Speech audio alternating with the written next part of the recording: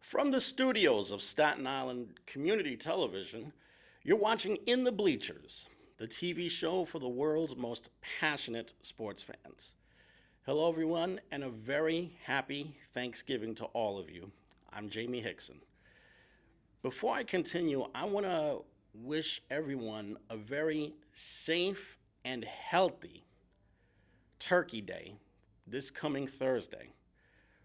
We certainly hope that you are able to spend it with the ones you love, family, friends, or both.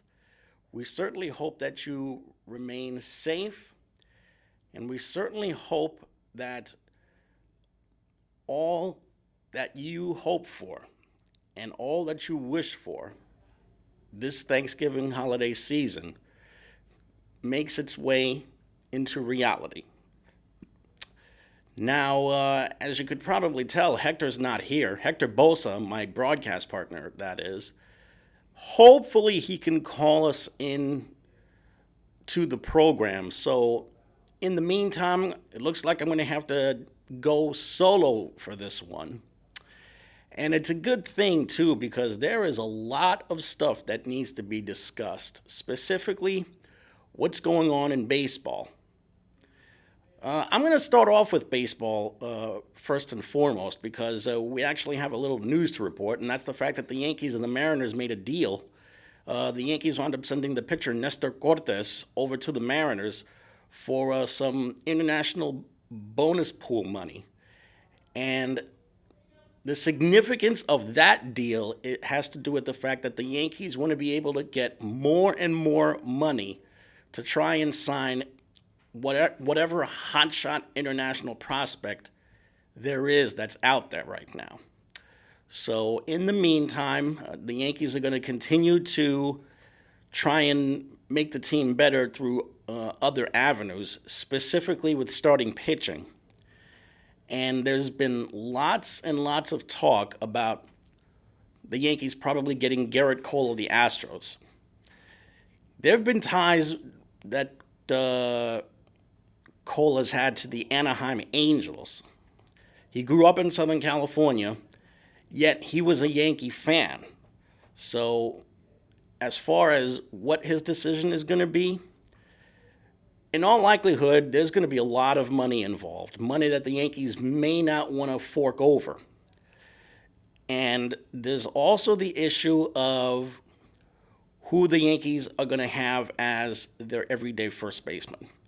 Last year, they split time between Luke Voit and DJ LeMahieu. Voit did very well for himself this past season, although he was a little bit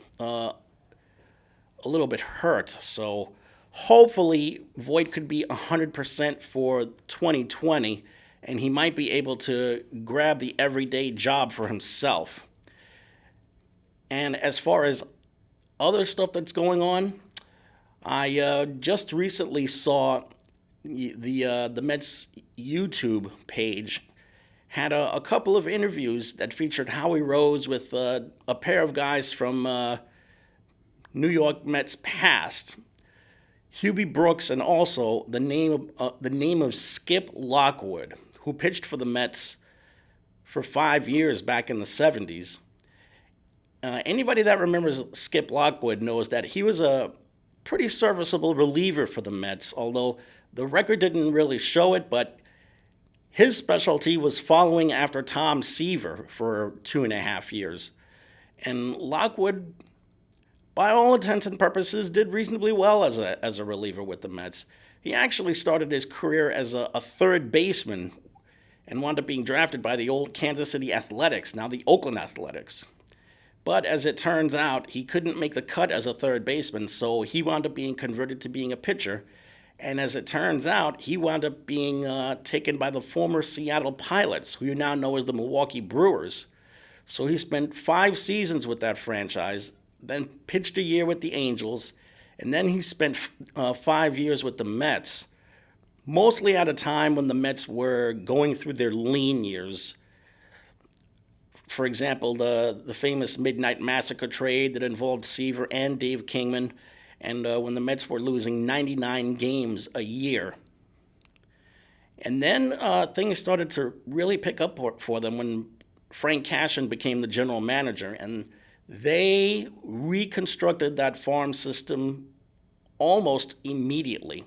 They drafted Darryl Strawberry, they drafted Wally Backman. Mookie Wilson was also being developed in the organization. They also drafted Doc Gooden, drafted Darryl Strawberry, made the trade for Ron Darling, made the trade for Bobby Ojeda and Sid Fernandez. Then came the deals for Keith Hernandez and Gary Carter.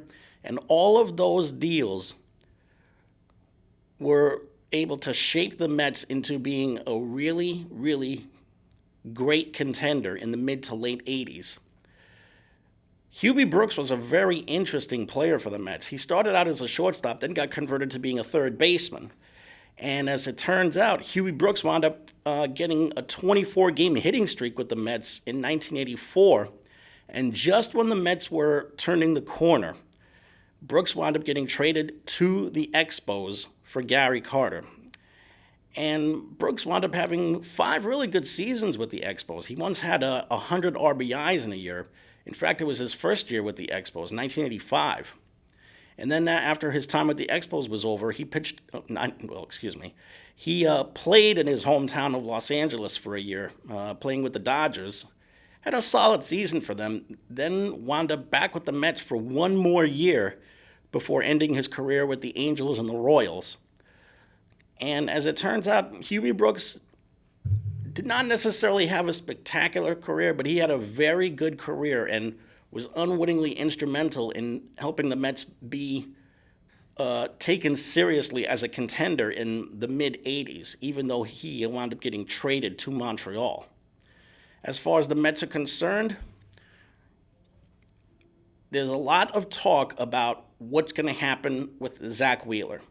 He has become the single hottest free agent that's out there right now. I think he would be the guy first, and then Garrett Cole would be the second hottest free agent that's out there. And from what I understand, Zach Wheeler has been getting a whole lot of attention from several teams. If I'm not mistaken, I think one of those teams is the Philadelphia Phillies.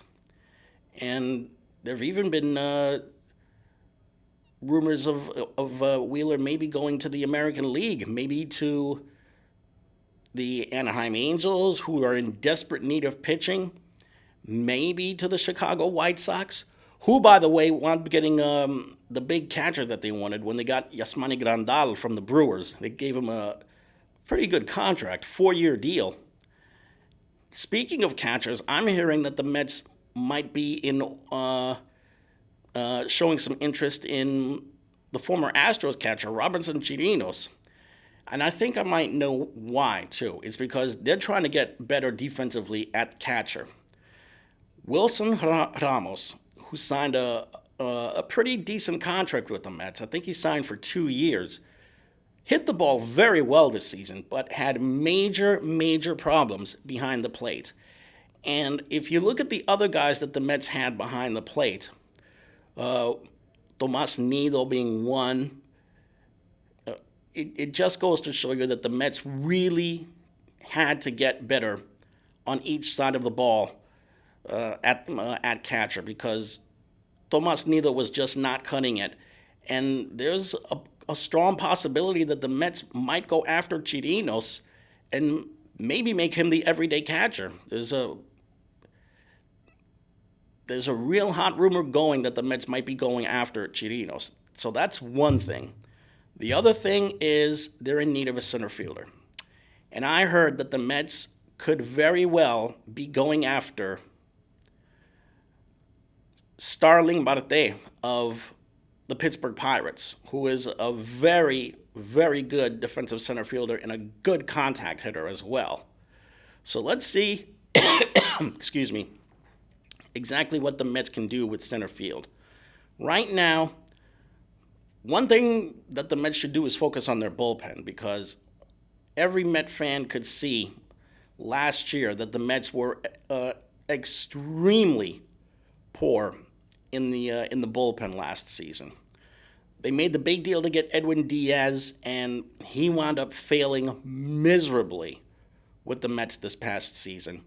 Jody Familia is another guy who was at fault in the bullpen last season. So, if the Mets are going to try and make a deal, would they involve Edwin Diaz? Maybe, maybe not. But the bottom line is something needs to be done about that bullpen. There's also the issue of what's going to be done maybe on the infield. Last season, the Mets wound up having Peter Alonso, who became the Rookie of the Year as their first baseman. They also were set at shortstop with Ahmed Rosario. Second base and third base was a pair of positions where they had interchangeable parts, if you will. I know at third base, Todd Frazier was the guy that wound up getting the majority of the time there. If anything, the Mets should probably improve themselves dramatically at the plate from the third base position, because Todd Frazier's power numbers have decreased badly in the last, I would say, 5 or 6 years or so. So let's see exactly what the Mets can do to fill the void at third. And there's also the matter of what they're going to do at second base as well. They had Robinson Cano there, but has his time passed him by, or does he still have a little bit left in the tank to try and make a contribution for the Mets in 2020? Keep in mind, he's coming off a season where he was suspended half the year because he took PEDs. And this past season, there were times when he looked lost at the plate. So it's critical that Cano improve himself so he can try and keep his job at second. We mentioned center field, too. I still say the Mets have to make a play for Mookie Betts, because if not, they're really going to be missing out on a prime athletic player like him. I think he would be perfect in center field for the Mets. And if not, then maybe they're going to have to settle for someone like Starling Marte. I mean, it's not terrible, but he's no Mookie Betts either. Mookie Betts is a guy who's driven in 100 runs in years past and also won a championship for them. So let's see exactly what the Mets can do in order to take care of center field. And I also saw that the forgotten man in their outfield, specifically Yoenis Cespedes, wound up taking some hacks at the plate recently. And from what I understand, he's looked reasonably well taking those swings. Now all that's left for him to do is to start taking part in some baseball activities. So there's a strong possibility that he'll go into spring training of his what will turn out to be his walk year 100% finally. And keep in mind, when he was in the lineup, the Mets were a better team. So let's see exactly what the Mets can do with him in one of their outfield spots. Now, unfortunately, there is a situation going on in the sport that has a lot of people extremely concerned and also extremely angry. And that's the fact that Major League Baseball is sabotaging their own product. Specifically, there is a proposal in place in which Major League Baseball would cut down on the number of teams that they have in the minor leagues. Right now, there are about between 150 and 200 minor league teams that operate under the Major League Baseball banner.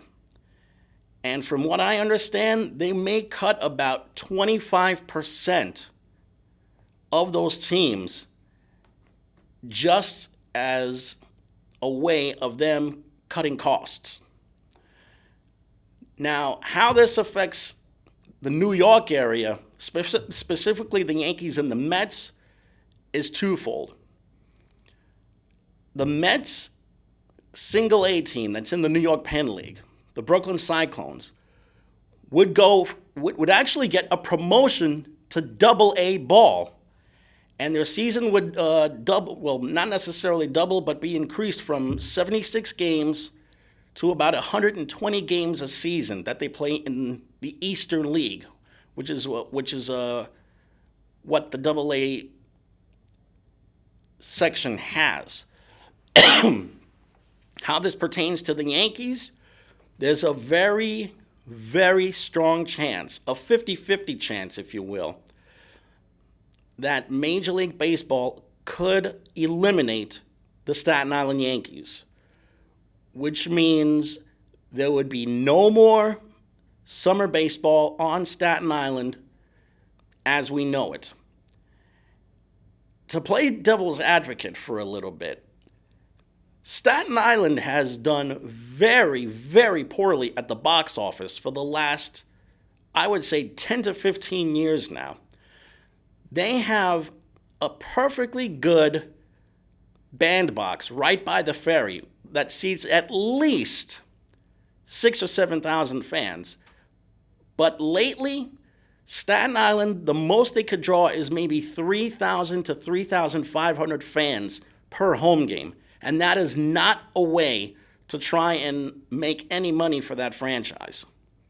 At the same time, what's going to happen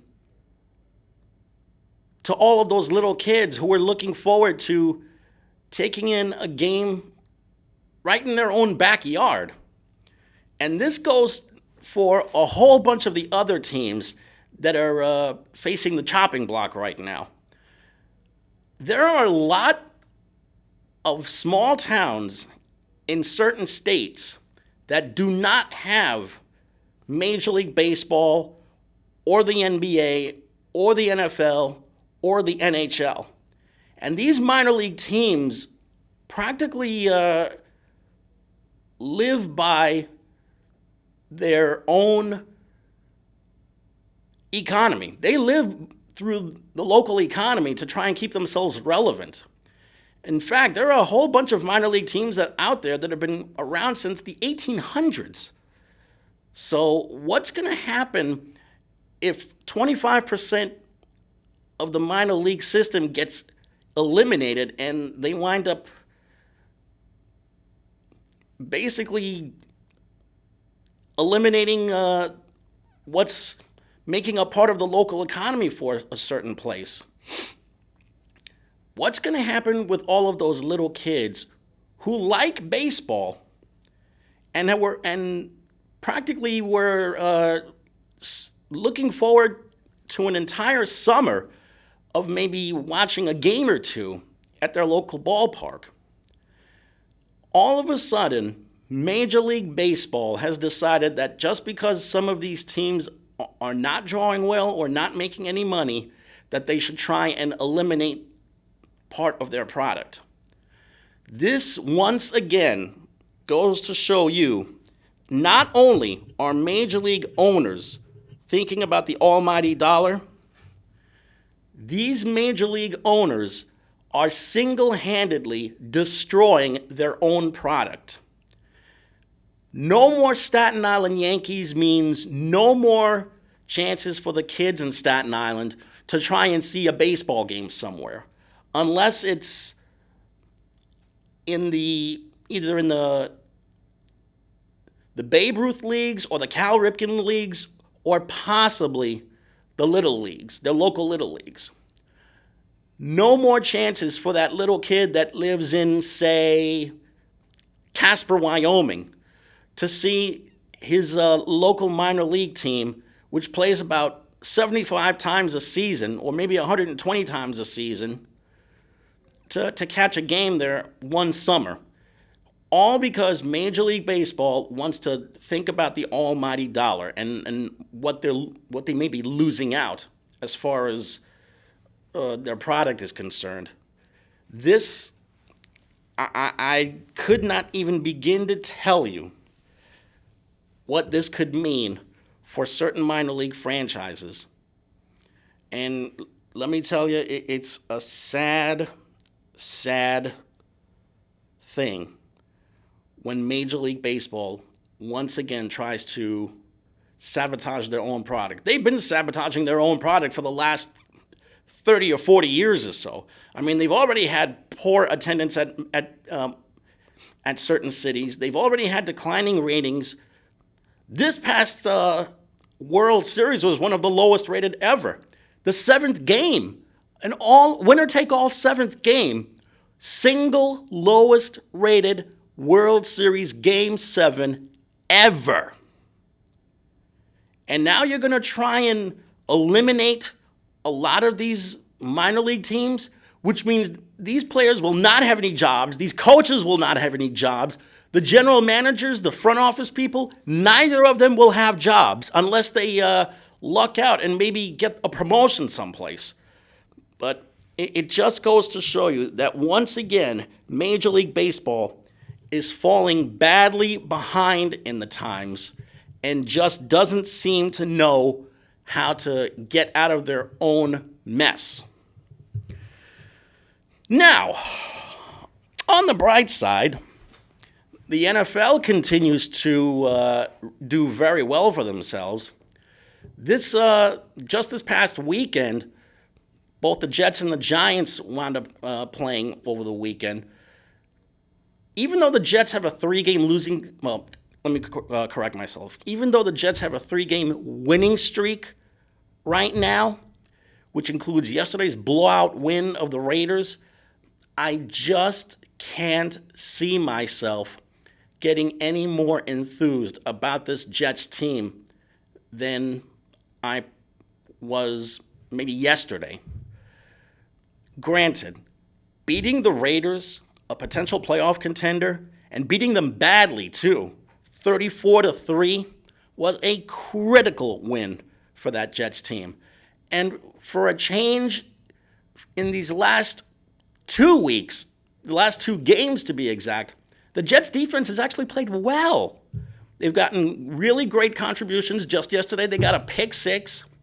Offensively, Sam Darnold has played significantly better. He's starting to see the field a little bit more. He's getting more command of the huddle. He's looked more confident out there.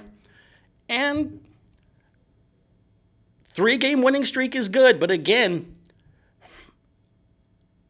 can any Jets fan really, really be excited about this little mini run that they've had? Now, next week, if I'm not mistaken, they have the Bengals.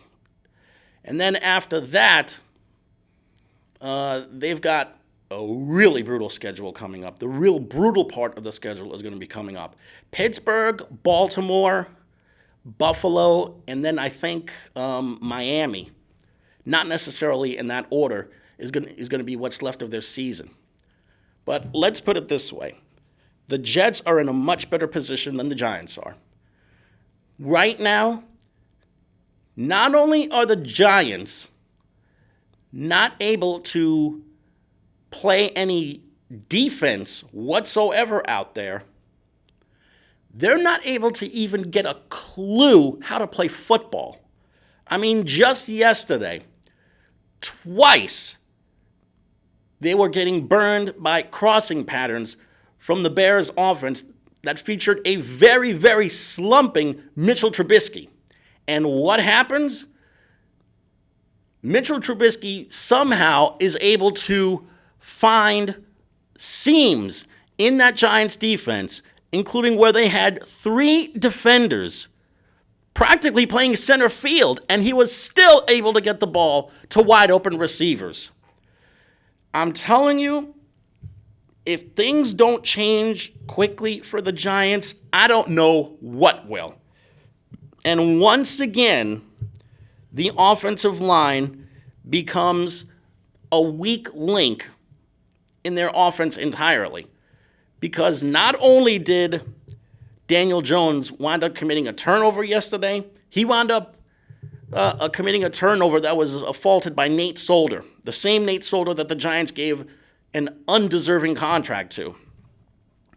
It has gone from, I could say this, that it's gone from bad to worse for them, but I'd just be repeating myself. It has become laughable what has happened with these Giants right now. They don't know how to play defense. They don't know how to run plays. They don't seem to have a clue. Even their special teams has betrayed them. Aldrich Rosas, who was a Pro Bowler as a rookie last year, missing 2 field goals that should have given the Giants the victory, but they did not. And at this rate, the Giants are going to be a 2-14 team by the time the season ends, because after this, the Giants have to play Miami, another dreadful team, which can't get out of their own way. They also have to play Philadelphia twice. Then there's a couple of other teams that they have to worry about. I think they also have the Redskins, too. They have the Dolphins and the Redskins. Those are their 2 best chances to probably get a couple more wins this season. And then there's the 2 meetings that they have with the Eagles in the last quarter of the season. And then they also have, if I'm not mistaken, I think they play... Well, I'll figure it out as we go along. But this Giants season may be worse, progressively worse, than last season. And at this rate, they're not even going to be guaranteed of a first overall pick. The way things are going for the Giants right now, I'll be shocked if they even get a top 5 pick. At this rate, the Cincinnati Bengals are going to have the first pick in the draft because they're the lone winless team in the league right now. Now, the Jets have the Bengals next weekend. I would like to think that the Jets are going to continue all of the good vibes that they have developed in these last 3 weeks when they beat the Giants and the Redskins and the Raiders. They have the Bengals coming up, and their other winnable game is against the Dolphins, who won their first game of the season at the hands of the Jets earlier in the year. And then there's Baltimore and Pittsburgh and Buffalo for a second meeting. I would like to think that maybe the Jets can continue their winning ways and get themselves a 4th victory in a row at the hands of the Bengals. The Bengals, you want to talk about a team that's not getting out of their own way? Just after yesterday's game, they decided to go to another quarterback change. Red Dalton had been pulled from the starting lineup a couple of weeks ago in favor of the rookie that the Bengals have. After scoring 10 points in a loss to the Steelers yesterday, a game which could have gone either way, now the Bengals are in desperation mode and have to go back to Red Dalton to be the starting quarterback. You want to talk about laughable? The Cincinnati Bengals are a team that, for the last almost 30 years, have been nothing but laughable. Even in the years that they wound up making the playoffs, there was still that fear that something stupid might happen. Well, guess what? Something stupid is happening with the Bengals right now. They're winless.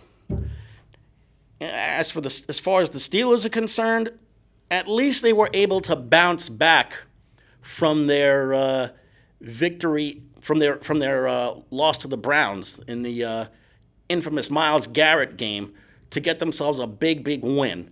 And now they're still in the playoff hunt, in the wild card hunt to be exact. So let's see what the Steelers can do for the last 5 games of the season. At least the Steelers were able to play a little bit of defense this time. They've got some really good young players on the defensive side that are able to really change games for them. Now, in other games, the 2 of the biggest games that took place on Sunday were the Patriots holding on to beat the Cowboys. You got to hand it to the Patriots. This is now 17 years in a row. 17 years. And counting that the Patriots have won 10 games or more in a season. When was the last time you saw an NFL team win 10 games or more 2 years in a row? Much less 10 years in a 17 years in a row. This just goes to show you how brilliant the Patriots are as an organization. From the owner all the way down to the 53rd man on the field, the Patriots are still at the cream of the crop in the NFL standings right now. They're 10-1 right now, and all they need is, I would say, one more win. Probably one, maybe one or two, maybe three more wins in order to win the Eastern Division title. I don't see anybody that can really put up a fight, except maybe Baltimore, against the Patriots right now. As far as the rest of the Eastern Division, the Bills wound up winning yesterday. They're now 8-3 this season, and they're just 2 games behind the Patriots for that Eastern Division lead. But at this rate, the best the Bills could do is probably go for the wild card, because the Bills will not beat the Patriots. The Patriots own the Bills for the last 15 years. So it's gotten to a point where all bets are off. And the Dolphins predictably wound up losing again. They wound up losing to the Cleveland Browns, who suddenly are a game away from 500. Could it be that maybe the Browns could make a claim for one of those wild card spots? You never know. Right, as of right now, I think they've won 3 in a row. The Browns have a 3-game winning streak, and so far things have gone really well for them. They've played much better offensively. They're starting to involve Odell Beckham Jr. a lot more. Defensively, they're going to have to try and make things up now that Myles Garrett is gone for the rest of the year. So let's see exactly what the Browns can do for an encore next weekend. As far as the AFC South is concerned, I saw that Jacksonville wound up losing again. I think you can count them out for the South Division title, folks, because there is no rhyme or reason whatsoever to think that the Jaguars can do anything in the AFC South right now. As far as the other teams are concerned, if I'm not mistaken, I think the Indianapolis Colts wound up winning their game yesterday. And the Titans also won, and so did the Houston Texans. Be careful for Houston this time, because even though there's no J.J. Watt, I still think that they're really strong defensively, where they could try and really make a claim to that AFC South title. As far as the AFC West is concerned, you can count out I almost said San Diego. You can count out the Los Angeles Chargers. Well, to me, they're always going to be the San Diego Chargers, even though they're going to get their new stadium in Inglewood, California next year. Count out the Chargers, count out the Denver Broncos. That division is down to either the Raiders or the Chiefs. The Chiefs have been extremely vulnerable this season. And I'm not really sure that they have enough defensively where they can try and make a really serious run the rest of the way. So don't be surprised if you see the Raiders make a challenge for that AFC West title. As far as the NFC is concerned, leave it to the Eagles to put up another stinker again. They wound up getting their heads handed to them by the Seahawks, who were masterful defensively yesterday. And once again, the Cowboys stubbed their toe when they're not supposed to. Now this leads me to believe that this is either the Cowboys or the Eagles' Eastern Division title to win. And quite frankly, if you put those two against each other, I'll take the Cowboys every time. But I'm a little curious as to what would happen in a really, really, really big spot.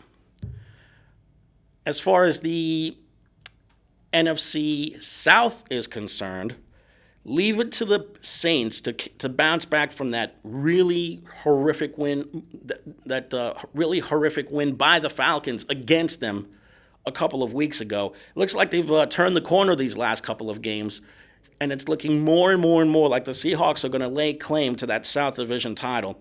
At this rate, I would say it would be the 49ers and then maybe the Saints, and then maybe the Seahawks, who would be the three best teams in the NFC right now. The Seahawks, of course, had that win against the Eagles yesterday, and the 49ers, leave it to the 49ers to bounce back from that heartbreaking loss to the Seahawks on a Thursday night, and they wind up really hammering Aaron Rodgers and the Packers the way they did. Defensively, they were outstanding.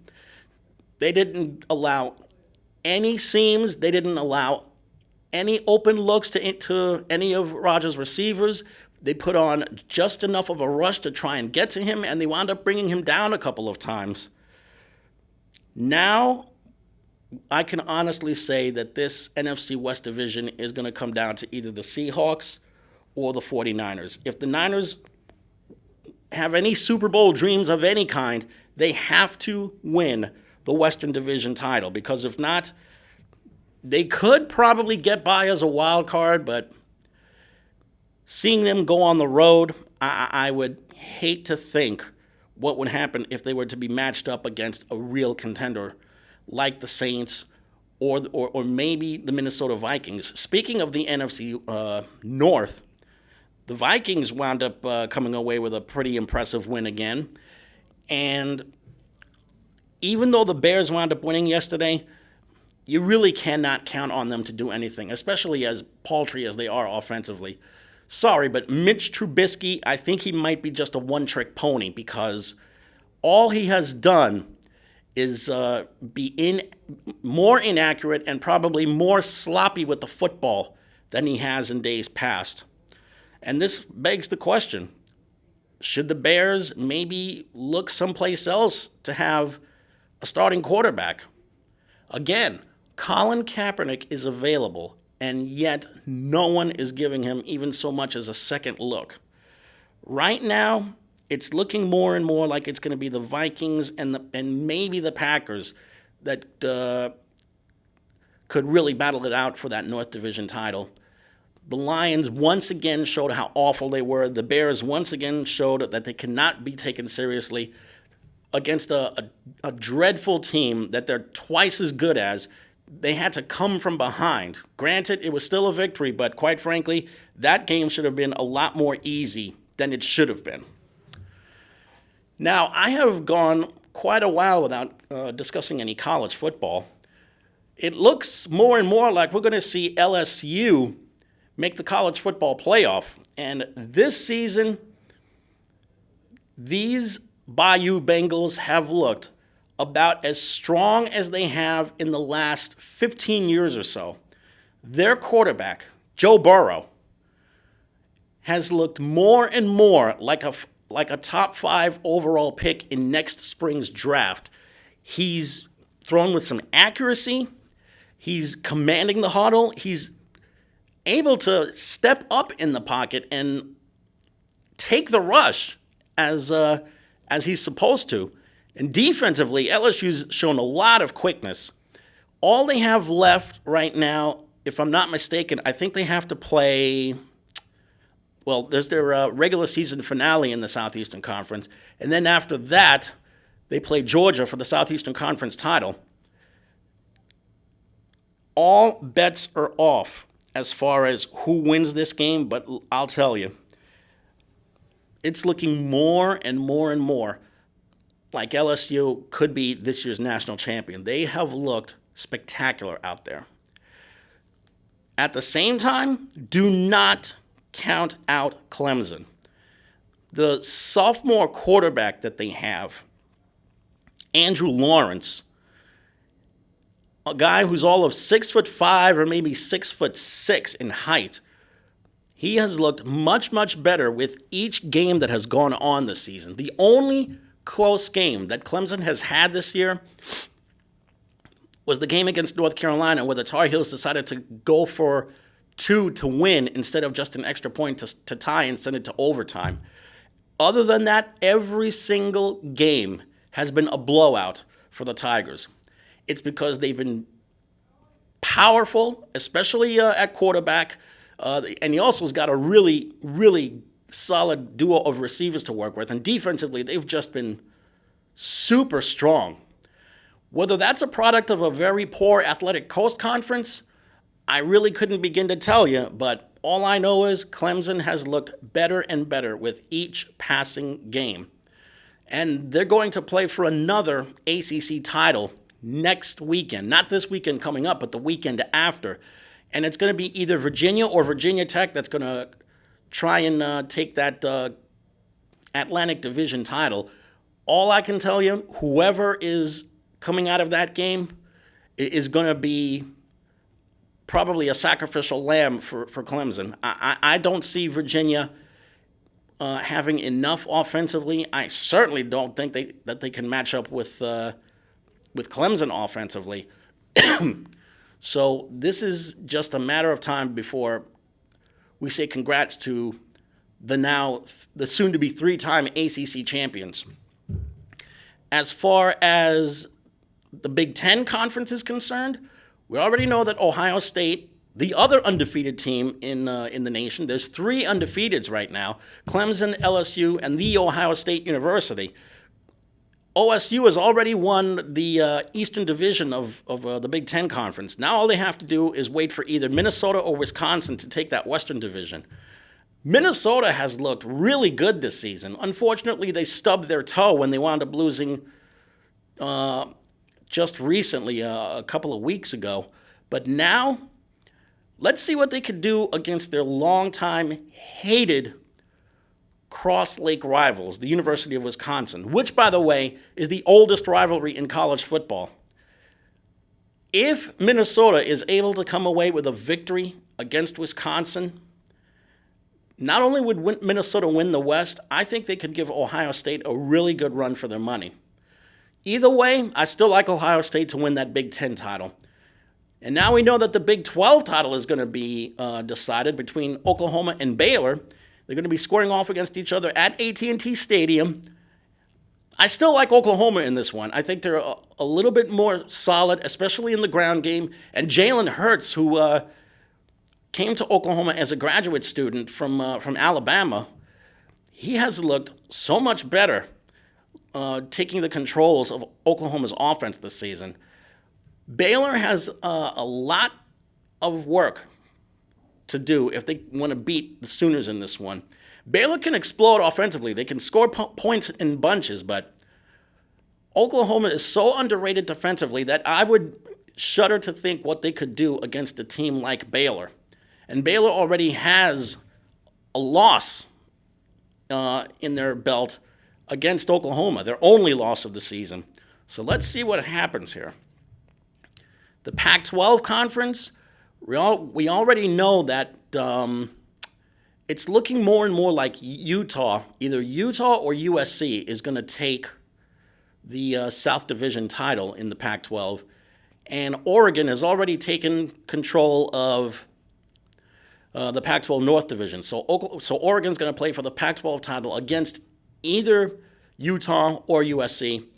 I like Utah to win that South Division title, and I really like their chances with Oregon. Oregon really had a disappointing loss to Arizona State, now coached by the former Jets head coach Herm Edwards over the weekend.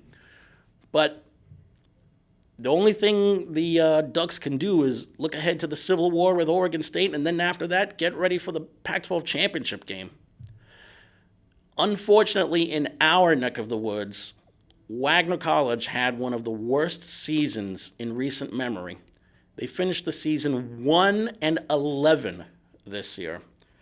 Hopefully they can make some changes and have a really good recruiting class for next season, because Wagner's got a really proud history, and we would hate for there to be more 11-loss seasons, which would mean more empty seats up in the bleachers at the Wagner campus.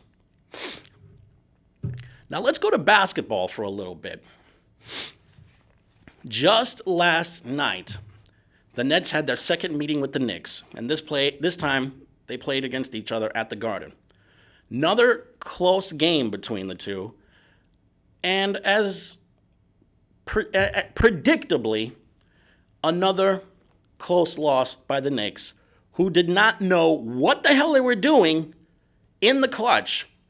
Granted, they made a couple of threes down the stretch, but they were way too behind in the deficit to try and make something happen. And who was it for the Nets that wound up saving things for them? Spencer Dinwiddie. Spencer Dinwiddie, ever since Kyrie Irving wound up getting hurt and missing time, Spencer Dinwiddie has grabbed that point guard spot by the throat, and he has made one big play after another, whether it's scoring a basket via on a dribble drive, or maybe on a long three-pointer, or maybe setting up someone else to get a big shot. Spencer Dinwiddie has made the Nets offense look really, really smooth. And because of that, the Nets are now back at 500. I think they have either a 4 or a 5-game winning streak right now. And they broke even, but at the same time, look at what the Nets have been doing. No Kyrie Irving. The Nets have been winning games. Tonight, DeAndre Jordan is going to be on the sidelines because he's hurt too. That means Jarrett Allen has to take over the center spot. Jarrett Allen has been so much fun to watch. He has been more than holding his own in the paint. He's looked fearless. He looks aggressive. More importantly, he looks like he's having a lot of fun out there playing the game. And he has become so much more enjoyable for the Nets to have as a teammate ever since he got drafted almost 3 years ago. He is one of the guys that an NBA team has to build with, because if not, you're not going to have that dirt bag in the paint that teams need in order to function in an NBA game.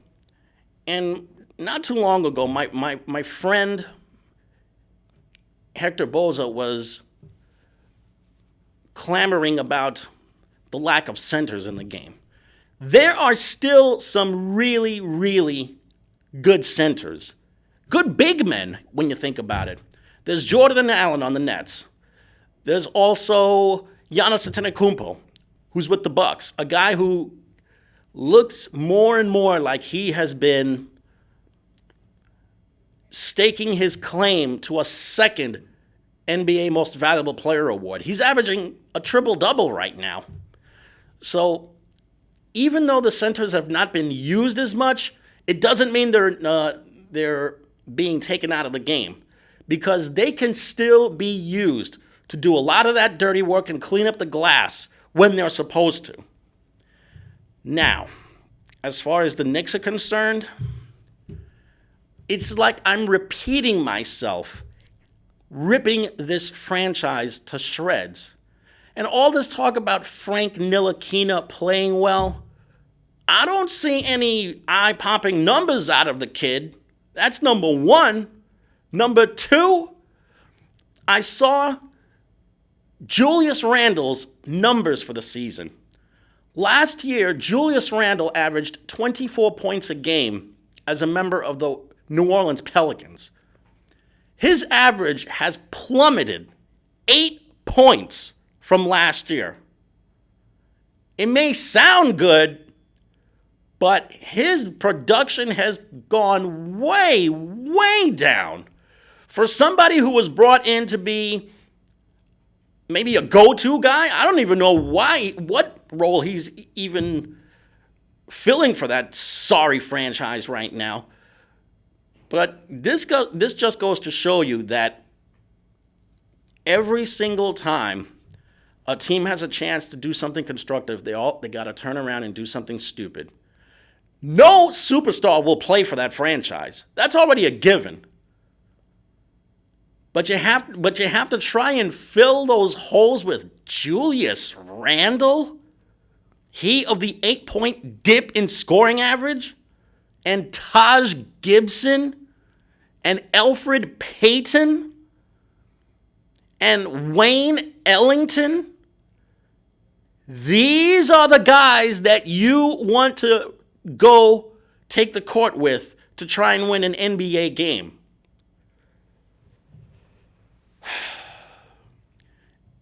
You can tell that a franchise is a laughingstock of their sport when even a broadcaster says that they were offered a contract by them and they would rather retire than play for them. Because that was what happened during last night's game. On the Yes Network, Richard Jefferson, the ex-Net, who played in 2 NBA Finals with the Nets and then won a championship with the Cavaliers, playing alongside LeBron, spoke to the television voice Chris Carino about the time that the Knicks actually offered him a deal to play for them. He admitted on television he would rather retire than play for that sorry franchise, and that's exactly what he did. After about 16 or 17 seasons, he was offered a chance to play another year by the Knicks, and he chose not to. He chose to retire. I'm trying to find the right words to discuss the plight of that sorry franchise, but you just know that a team, you can tell that a team really does believe in their own crap when they put out a statement saying that they denied ever giving Richard Jefferson a contract, or that they denied ever having one of their players sexually assault Anuka Brown Sanders all those years ago. And yes, I'm talking about you, Stephon Marbury. Or that they're going to try and do all they can to build a championship. You're not going to build a championship, first of all, if you're going to make Frank Ntilikina your first round draft pick, like they did 2 years ago. You're definitely not going to build a championship contender when you're signing guys like Eddie Curry, Jerome James, Jamal Crawford, making deals for Stephon Marbury and Tim Thomas and Steve Francis like they did all those years ago. I don't know if...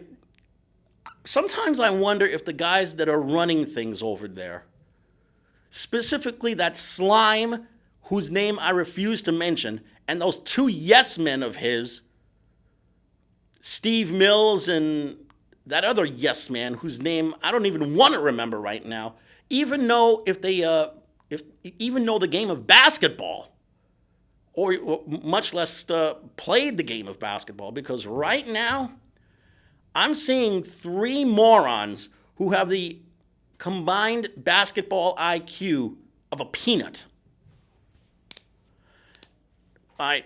I'm done talking about that sorry franchise because, quite frankly, I don't want to get any more mad than I already am right now. On the bright side, there's the NHL. Unfortunately, the Islanders wound up losing a really tough game in overtime to the San Jose Sharks over the weekend. The Devils have been looking progressively worse. They can't seem to find or buy a victory, much less earn one. The Rangers, at least, they're able to make things a little bit interesting. Even though their real record says that they should be 2 games under 500, but the overtime loss has them even at 8-2 the last time I checked. Well, Now, what can I fill the last 5 minutes of time with right now, since I've already mentioned so many different things that have gone on right now? Well, I guess I can fill the time with a little college basketball. They're having the Thanksgiving tournaments taking place right now. They already had the Maui Gym Invitational, which took place. Actually, the Maui Gym Invitational is taking place right now. And they're also having the Battle for Atlantis, which is going to take place on Thanksgiving Day in the Bahamas. Seton Hall is going to be playing in that tournament. As far as other college basketball, the guys over at St. John's seem to be having a pretty decent start under their new coach, Mike Anderson. I have to admit, when Mike Anderson got hired, I was not happy about this hire at all, because he has had the most unspectacular resume. And he has no ties to the New York area whatsoever. He's a kid from Alabama who's coached at Alabama Birmingham and at Missouri and at Arkansas. But there's one thing to remember for all the diehard basketball fans out there, especially those that have seen the NCAA tournament in the past. Mike Anderson coached the biggest game of his career when he led Alabama Birmingham past Kentucky in the second round of the tournament many years ago. He has taken 3 different schools to an NCAA tournament. If he can do that, then who's to say that he's not able to do that here? And already, Mike Anderson is starting to build some really, really big bridges with the Catholic League here in the city. And only God knows how this is going to work right now. But at least St. John's is able to get themselves off to a really solid start this year. And the fact that they're able to do this with both L.J. Figueroa and Mustafa Heron in the same lineup, and also bringing in off the bench Marcellus Erlington, that big, powerfully built guy, the former football player from Don Bosco Prep. So let's see what these Johnnies can do for the rest of the season, because there's still some really tough games for them to play. And they already came off the Hall of Fame tournament up at Mohegan Sun, where they lost to Arizona State, then beat UMass. They've got some really tough teams that they're going to have to go up against coming up. So let's see how these guys can hold their own going into the Big East season. So I see we have just under 2 minutes left. So I'm going to say thanks to Kenny Graham on the other side of the glass.